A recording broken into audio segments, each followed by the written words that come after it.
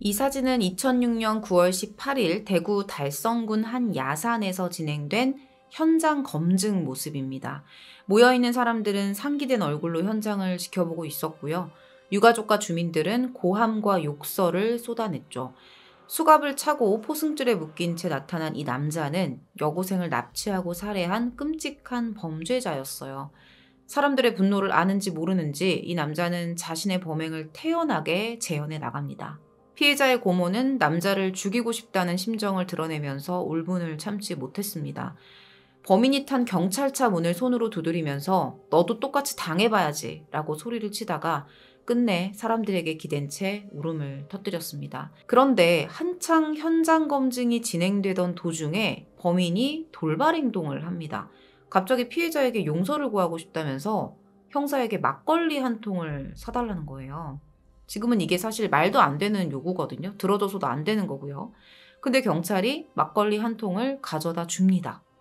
그 이후에 너무 기괴한 행동을 하기 시작해요. 갑자기 절을 2번 하더니 아저씨가 잘못했다면서 소리를 지르고 통곡을 하기 시작한 거죠. 그런데 눈에서는 단 한 방울의 눈물도 떨어지지 않았어요. 그냥 연기한 거예요. 오늘 준비한 사건은 대구 송현동에서 벌어진 사건인데요. 어떻게든 범행 목적을 이루겠다는 그 범인의 끝없는 포기를 모르는 소름 돋는 집념에 할 말을 잃었던 그런 사건이었습니다. 준비한 내용 전해드릴게요. 2006년 9월 5일 대구광역시 달서구에 있는 한 가정집에서 한 부모가 딸을 기다리고 있었어요. 새벽 1시가 넘도록 집에 돌아오지 않고 있었거든요. 17살 딸이었는데 평소와 다르게 귀가 시간이 너무 늦어지고 있는 상황이었습니다. 지금부터는 그 딸을 제가 박양이라고 부를게요. 박양은 송현동에 있는 A여고 2학년에 재학 중인 학생이었습니다. 부모님이 박양의 마지막 연락, 전화를 받았었거든요. 그때가 언제였냐면 자정 무렵이었어요. 독서실에서 공부하고 1시간 뒤에 돌아가겠다. 이런 말을 딸이 했던 거죠. 평소에 워낙에 약속을 잘 지켰던 아이였기 때문에 부모는 그냥 좀 늦어지나 보다 할 거 하고 오겠지 이렇게 생각을 하고 잠이 들었다고 해요. 그런데 새벽에 자다가 깨서 봤더니 아직도 딸이 집에 돌아오지 않은 거예요. 늦은 새벽에 박양의 부모는 독서실, 학교, 학원 이렇게 딸의 동선을 되짚으면서 아이를 찾기 시작합니다. 박양이 미대 진학을 희망했던 학생이어서 학교 수업이 끝나면 보통 미술학원을 갔었어요. 그래서 수업이 보통 10시, 늦어도 11시에 끝났었고 지하철을 타고 송현역에서 내려서 걸어서 집으로 돌아왔었습니다. 보통의 루틴이 그랬어요. 그런데 그 어느 곳에서도 딸의 흔적을 찾을 수가 없었던 거예요. 결국 부모님이 경찰에 실종 신고를 하게 됩니다. 근데 신고를 접수한 경찰서의 태도가 조금 이상했어요, 반응이. 되게 미온적인 그런 태도였는데 이 학생이 가출을 한 건지 실종을 한 건지 정확히 판단할 수 없다는 거예요. 그런데 부모는 절대 이건 가출일 리가 없다라고 말을 합니다. 그러면서 이건 분명히 범죄에 얘가 연루된 거다 이렇게 강하게 주장을 해요. 왜냐면 전교 1, 2등만 하던 모범생이었고 사실 친구 관계나 가족 관계도 좋았거든요. 문제가 없었다는 거죠. 그리고 무엇보다 가출을 하려고 했던 아이가 밤 12시쯤에 집에 전화를 해서 곧 집에 도착한다. 좀 이따 가겠다. 이런 전화를 할 이유가 없잖아요. 경찰은 박양의 실종 관련 수사에 나서기 시작합니다. 우선은 이 박양의 평소 동선 내에 설치되어 있었던 CCTV를 다 돌려봤어요. 여기서 밤 10시 18분경에 송현역 개찰구를 빠져나가는 한 학생의 모습을 포착하게 됐죠. 이게 박양이었습니다. 아마도 미술학원이 끝나고 송현역에 도착했을 때까지는 문제가 없는 걸로 보여요.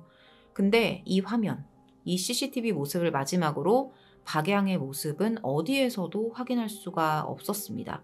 지하철역에서 집으로 돌아오는 길에 문제가 생겼다고 봐야겠죠.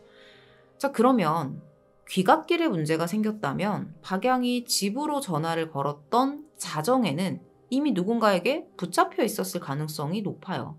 실제로 통화 내용과는 다르게 박양은 자정을 넘은 시간에 독서실에 방문하지 않았습니다. 경찰은 박양의 마지막 생존 흔적인 전화 발신 위치를 추적해요.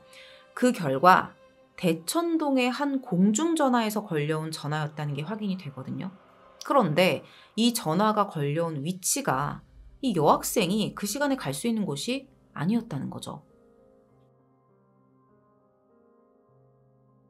이 모든 것들이 사실 범죄의 정황이라고 볼 수밖에 없는 이유가 뭐였냐면, 이 대천동이 달서구이기는 해요. 지금 왼쪽에 있는 동그라미에 있는 부분이 대천동이고요. 오른쪽이 그 송현역 쪽에 송현동이거든요. 근데 이 대천동이 달서구이긴 하지만 박양이 내리는 이 송현역에서는 지하철로만 3개에서 4개 역을 지나야 하는 곳에 있어요. 박양의 동선과 맞지 않는 위치라는 거죠.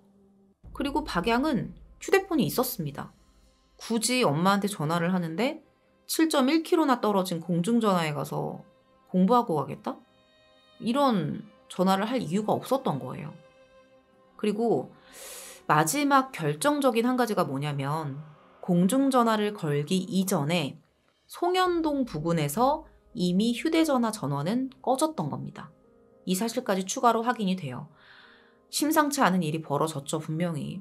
근데 당시에는 사실 지하철 CCTV나 공중전화 위치 말고는 더 이상 박양의 행적을 찾을 수가 없었습니다. 경찰은 제보를 받기 위해서 실종수배 전단을 배포했고요. 수사가 더디게 진행되던 중에 이 가족에게 한 통의 전화가 걸려와요. 실종 3일째인 9월 8일에 내가 당신 딸을 데리고 있으니까 돈을 준비해라. 협박을 한 거죠. 그리고 뭔가 물어보기도 전에 전화를 끊어버립니다. 위치를 추적해 봤더니 서울역 인근의 공중전화에서 걸려온 전화라는 게 확인이 돼요. 자, 그리고 다음 날에 또 전화가 걸려오거든요. 이번에는 위치가 부산이었습니다. 전화를 건 남성은 이번에 자신을 청소부라고 밝혔는데, 본인이 일을 하다가 쪽지가 떨어져 있는 걸 발견했다는 거예요. 그러면서 그 쪽지를 읽어줘요. 근데 거기에 뭐라고 써 있었냐면, 아빠 도와주세요. 여기가 완월동이라고 하네요. 이걸 읽어주는 겁니다. 그런데 여기서도 전화를 받았던 부모가 뭔가를 물어보기도 전에 남자가 전화를 끊어버립니다. 자, 잠깐 이야기를 하고 넘어가자면, 제가 방금 전에 말씀드렸던 그 완월동이라는 곳이 지금은 충무동과 통합이 돼서 사라진 이름이에요. 여기가 부산의 대표적인 사창가 지역인데 일제강점기 때부터 매춘이 성행하던 지역이었다고 합니다. 자, 경찰은 이런 전화들이 걸려온 걸 바탕으로 이 사건이 납치 사건일 것이라고 놓고 수사 방향을 잡게 됩니다. 8일부터 시작된 협박 전화가 13일까지 하루에 한 번꼴로 계속 걸려와요. 근데 이상한 건, 돈을 준비하라는 말은 하는데 구체적으로 얼마를 준비할지, 어디서 만날지, 접선 장소, 이런 건 말하지 않는 거예요. 그리고 전화는 계속 걸려오는데 이게 공중전화다 보니까 추적하는 것도 쉽지가 않았었다고 합니다. 위치도 막 전국으로 막 퍼져 있었고요. 게다가 이상한 건 목소리가 다 다른 거예요. 전화한 사람의 목소리가. 그래서 당시에는 공범이 있을 것이다, 이런 가능성까지 열어놨습니다. 그렇게 구체적인 요구 없이 협박만 이어가던 그 남성은 13일에 걸었던 마지막 전화 때문에 꼬리가 잡혀요. 경찰이 부산 서구청 민원실 밖에 있었던 공중전화라는 사실을 알아낸 거죠. 그 사실을 즉시 파악하고 현장으로 출동을 합니다. 당연히 CCTV가 있었겠죠. 주변을 탐문을 하다가 이 공중전화가 있는 곳을 비추고 있는 CCTV를 발견했고요. 마침내 이 해당 시각에 전화를 거는 남성의 모습을 확인하게 된 거죠. 2명이었습니다. 자, 아래쪽에 있는 모습을 보시면 보일 거예요. 2명이에요. 예상대로 공범이에요. 이렇게 처음으로 용의자의 윤곽이 떠오르는 순간이죠. 이 두 남성은 각기 어두운 옷 그리고 체크무늬 셔츠를 입고 있었는데, 어두운 옷을 입은 남자가 전화를 걸었었고요. 셔츠를 입었던 남자는 옆에서 지켜만 보고 있다가 자리를 떠납니다. 근데 아쉬운 게 보시는 것처럼 화질이 많이 안 좋아요. 그래서 얼굴을 이렇게 정확하게 파악하기는 좀 힘들었거든요. 그래도 뭔가 좀 복원을 했겠죠? 대략적으로 이목구비를 파악을 했고, 이걸 가지고 경찰이 대조 작업을 시작해요. 일단 당시에 구체적으로 돈을 얼마를 달라 이런 금품의 요구가 없었기 때문에 성범죄 가능성이 높다라고 생각을 하고 있었습니다. 그래서 수사를 계속하는 한편 계속 이 인근에 성범죄자 목록을 추리고 있었다고 해요. 그렇게 얼굴을 놓고 대조 작업을 하다가 비슷한 외모의 남성을 발견해요. 그리고 그 남성의 휴대전화 위치를 추적했는데요. 협박 전화가 걸려왔었던 그 시각에 이 남성의 휴대폰 위치가 이 공중전화의 위치와 일치한다는 사실을 밝혀냅니다. 자, 경찰은 이 남성, 지금 보이시죠? 이 남성을 용의자로 특정했고요. 다시 휴대폰 위치를 추적해서 13일 오후에 남구 서부정류장 인근에서 이 남성을 체포하게 됩니다. 옷도 그 아까 방금 봤었던 그 CCTV 속에 그 체크무늬 셔츠 그대로 입고 있었어요. 어떤 사람인지 확인을 해봤는데 중고차 판매원으로 일하고 있었던 50세의 김수길이라는 남성이었습니다.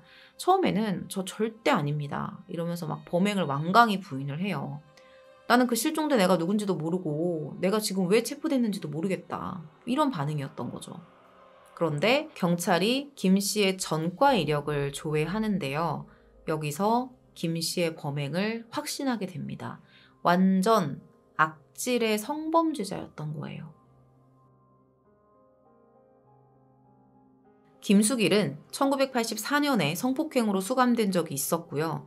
2001년에도 여중생을 납치하고 성폭행해서 3년을 복역하고 만기 출소한 상태였어요. 특히 그 2001년에 저질렀던 범행의 장소가 박양이 실종된 곳과 같은 송현동이었습니다. 경찰이 CCTV 영상 그 찍혔던 거 그리고 김수길의 전과를 바탕으로 강하게 추궁을 했는데 결국엔 버티지 못하고 자백을 해요. 자기가 납치를 해서 죽였다는 거죠, 박양을. 자, 그러면 그때 전화를 걸었던 남자는 누구냐? 너가 아니었는데 누구냐 그 사람은? 이렇게 물어봤더니 이게 자기 정체를 숨기려고 노숙자를 매수한 거예요. 돈을 주고. 그리고 쪽지를 주었다고 했었던 그 청소부에게 전화가 왔었잖아요. 그것도 노숙자를 매수해서 시켰던 것으로 밝혀집니다. 그래서 목소리가 다 달랐던 거예요. 이런 짓을 한 이유는 학생이 살아있는 것처럼 위장하고 돈이 목적인 것처럼 보여서 수사에 혼선을 주기 위해서였대요. 끔찍한 짓을 저질러 놓고 열심히 머리를 굴리고 있었던 거죠. 그러면 도대체 왜 이런 짓을 한 걸까? 김수길이 밝혔던 범행 동기는 이렇습니다. 자기가 동거하는 여자친구가 있었는데 그날 좀 싸웠다는 거예요. 근데 화가 안 풀려서 술을 마셨는데 술이 들어가니까 욕구가 막 올라왔다. 그래서 납치를 했다. 이게 동기래요. 자, 사건 당일에 무슨 일이 있었는지 한번 여러분 들어보시면 이 동기가 과연 맞을까? 정말 뭐 여자친구랑 싸워서 홧김에 한 짓이 맞을까? 의문이 드실 거라고 생각을 합니다. 자, 9월 4일 저녁 10시였어요. 김수길이 범행 대상을 찾기 위해서 본인 차예요. 하얀색 티콘데 이걸 타고 송현동 A여고, 이 박양이 다니던 학교죠. 그 A여고 근처를 차를 타고 배회하고 있었습니다. 당시에 한 번의 범행 대상을 딱 잡은 게 아니었어요. 혼자 집에 이제 귀가하는 여학생들에게 말을 걸어서 차량으로 유인을 시도했던 거죠. 이때 범인의 요구를 거절한 학생만 3명이었습니다. 일단 3번 이상 시도를 한 거예요. 첫 번째 학생한테는 A여고 위치를 물어봐요. 어딘지 아냐 이렇게 물어보면서 혹시 차에 타서 가르쳐 줄 수 있겠니? 이렇게 물어봐요. 다행히도 이 학생이 차에 안 타고 그냥 손으로 이쪽이에요. 이렇게 학교 방향을 가르쳐 주고 떠납니다. 자, 10분 뒤에 두 번째 학생을 발견했는데 이번엔 방법을 바꿔요. 그러니까 말을 바꿔요. 자, 어떤 거짓말을 하냐면 너 A여고 다니지? 윤리 가르치는 땡땡 선생님이 지금 교통사고 당했는데 학생 한 명이 좀 도와주길 바라고 계시거든. 같이 가줄 수 있니? 이렇게 말을 하는 거예요. 윤리 선생님 이름을 알고 있는 거예요, 얘가. 이게 어떻게 된 거냐면 범행 며칠 전에 이미 학교에 전화를 해서 학부모인 것처럼 위장을 해서 선생님 이름을 알아냈던 거예요. 이게 어떻게 여자친구랑 싸워서 홧김에 저지른 범행이겠어요. 이 정도 시간 지났으면 화가 가라앉지 않았겠어요. 다행히 이 학생도 김수길의 거짓말에 넘어가지 않습니다. 근데 이거는 제가 이걸 생각을 한번 해봤어요. 만약에 제가 17살이고 그 상황에 있었다. 나라면 이 차를 안 탔을까? 상상을 해보니까 진짜 아찔하더라고요. 왜냐면 길을 물어보는 것도 아니고 학교 선생님 이름을 대면서 그 선생님이 지금 교통사고가 났고 학생의 도움을 필요로 한다. 같이 가겠냐라고 물어보면 내가 정말 안 탈 수 있을까? 이런 생각이 들더라고요. 뭔가 마음의 무거움? 내가 이거를 거절하면 난 나쁜 사람이 되는 것 같은? 선생님한테 미안해지는? 이런 감정이 들 수 있다는 거죠. 얘는 그걸 이용한 거고요. 지금이야 뭐 어른들은 아이들에게 도움을 요청하지 않으니까 절대 도와달라는 말에 넘어가면 안 된다 이렇게 가르치지만 제가 어릴 때만 해도 어려운 사람은 도와줘야 된다 이렇게 배웠었거든요. 근데 아무튼 정말 다행히 이 학생도 넘어가지 않습니다. 자, 그런데 포기를 하지 않아요. 포기를 몰라요. 제가 앞서서 말씀드렸지만 본인이 그 범행 목적을 달성하기 위해서 소름 돋는 집념으로 움직였다라고 말씀을 드렸잖아요. 이런 거예요. 10분 뒤에 또 다른 학생을 찾아요. 그래서 같은 방식으로 접근을 합니다. 근데 이때 이 학생은 학교에 가보세요. 거기 가면 선생님들 계시니까 학교 선생님들한테 도와달라고 하세요. 이렇게 말을 하고 지나갔다고 해요. 자, 납치 시도 3번 실패했어요. 그런데도 김수길은 계속해서 대상을 물색합니다. 시간이 어느덧 밤이 됩니다.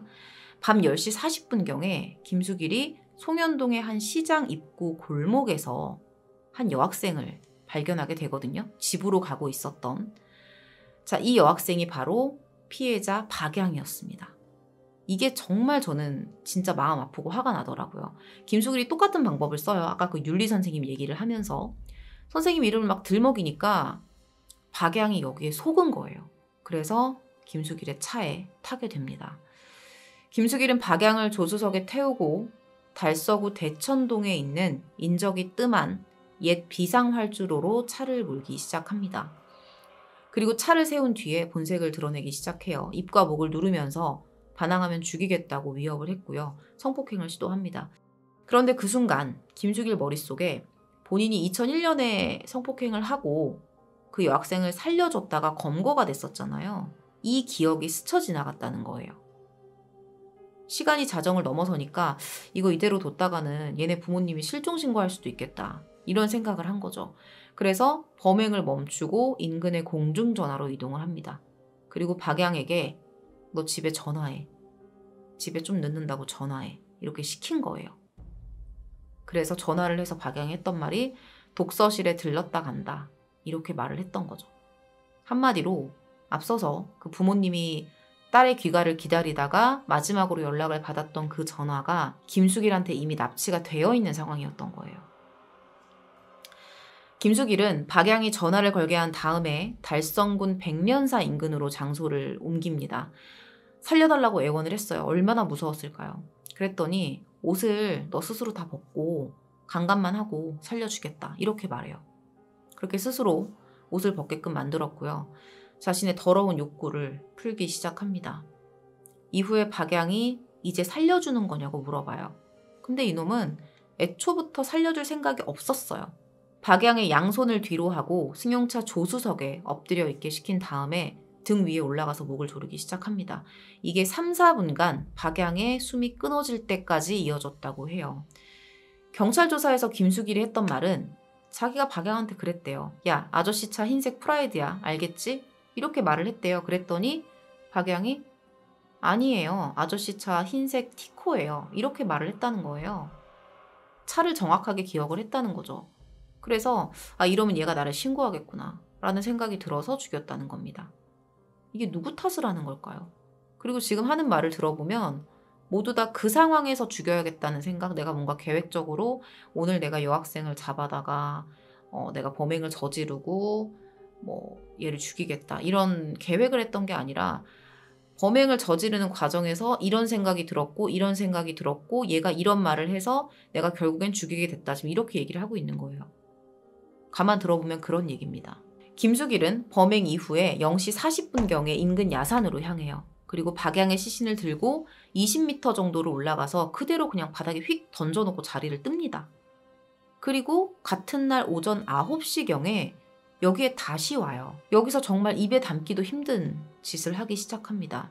근처 구덩이 속으로 시신을 던지고 나서 흉기를 이용해서 중요 부위를 훼손하기 시작한 거죠. 이후에 흙을 덮어서 안매장했고요. 현장을 떠납니다. 왜 이런 짓을 했냐라는 질문에 대해서는 이렇게 해야지 부패가 빨리 진행될 거라고 생각했다라고 말을 하는데 사실 범죄 전문가들의 말은 달라요. 왜 이런 짓을 했냐. 시신에 남아있을지 모르는 그 범인의 체액이나 어떤 증거 같은 것들을 없애기 위해서였을 거다. 왜냐하면 본인이 성폭행을 했으니까 자기 체액이 남아있을 거고 그러면 본인은 이미 성범죄 전과가 있는 사람이니까 몇 가지 대조 작업을 통해서 추려진다면 자기가 잡힐 수도 있다고 생각을 했던 거죠. 이게 정말 더럽고 끔찍하다라는 생각이 들었던 게 체포 당시에 막 울먹이면서 범행을 부인했었거든요, 김수길이. 근데 자백을 했잖아요. 그때부터 태도가 확 바뀌어요. 형사들에게 반말을 하고 심부름을 시키고 너무 당당하게 변한 거예요. 뭐라도 가진 것처럼. 재판에서도 죄를 뉘우치거나 피해자에게 진심으로 사죄하지 않습니다. 오히려 술에 취했었다면서 심신미약을 주장했죠. 재판부는 받아들이지 않았지만요. 하지만 범죄의 잔혹성과 재범을 이유로 사형을 구형한 검찰 측과는 다르게 재판부는 무기징역을 선고해요. 그러면서 이해하기 힘든 양형의 이유를 밝힙니다. 좀 들어봐 주세요. 수사 단계에서부터 이 법정에 이르기까지 자신의 잘못을 깊이 뉘우치고 있는 점과 피고인이 이 사건 범행 이전에 회사에서 성실하게 근무해 왔던 점을 고려하면 피고인에게 아직 교화와 개선의 여지는 있는 것으로 보인다. 이게 무기징역을 선고한 양형의 이유였습니다. 근데 이상하잖아요. 회사를 성실하게 다녔으면 범죄를 저질러도 감형될 자격이 되는 거예요. 사실 이 회사도 출소하고 나서 1년 다닌 거예요. 그리고 범행 당시에는 다니고 있지도 않았습니다. 이것이 범행 계획부터 진행 이후의 처리까지 그가 저지른 말도 안 되는 짓들에 대한 양형 이유였어요. 당시에 이 사건이 알려지면서 언론은 성범죄자 관리 부실에 대한 비판 기사를 쏟아냈고요. 이에 대해서 비난 여론이 엄청났습니다. 특히 김수길이 이미 성범죄 전과가 2차례나 있었음에도 불구하고 신상 공개 대상도 아니었고 보호 관찰 대상도 아니었다는 사실이 알려지게 된 거죠. 뒤늦게 재발 방지 대책을 마련하겠다는 입장을 밝혔지만 현재까지도 성범죄 재발률은 개선되지 않고 있습니다. 끔찍한 범죄로 인해 목숨을 빼앗긴 박양의 부모님은 화장한 딸의 유골을 화진포 해수욕장 인근에 뿌려주었다고 합니다. 여기가 박양이 8살에 태어나서 처음 가본 바다였대요. 10년도 되지 않아서 아이의 유골을 뿌리러 올 거라고 그 누가 생각을 했을까요? 그냥 너무나도 평범한 날에 자신의 일상을 마치고 편안히 쉬려고 집으로 돌아오던 길에 아이는 영영 부모님을 볼 수 없는 곳으로 가게 됐습니다. 김수길은 무기징역을 선고받았고요. 현재도 복역 중인데요. 정말 단 하루라도, 단 한순간이라도 본인의 과거의 죄를 뉘우칠까요? 교화와 개선의 여지가 여전히 남아있는지 궁금해집니다. 오늘 준비한 사건은 여기서 마무리하도록 하겠습니다. 긴 시간 시청해주셔서 감사합니다.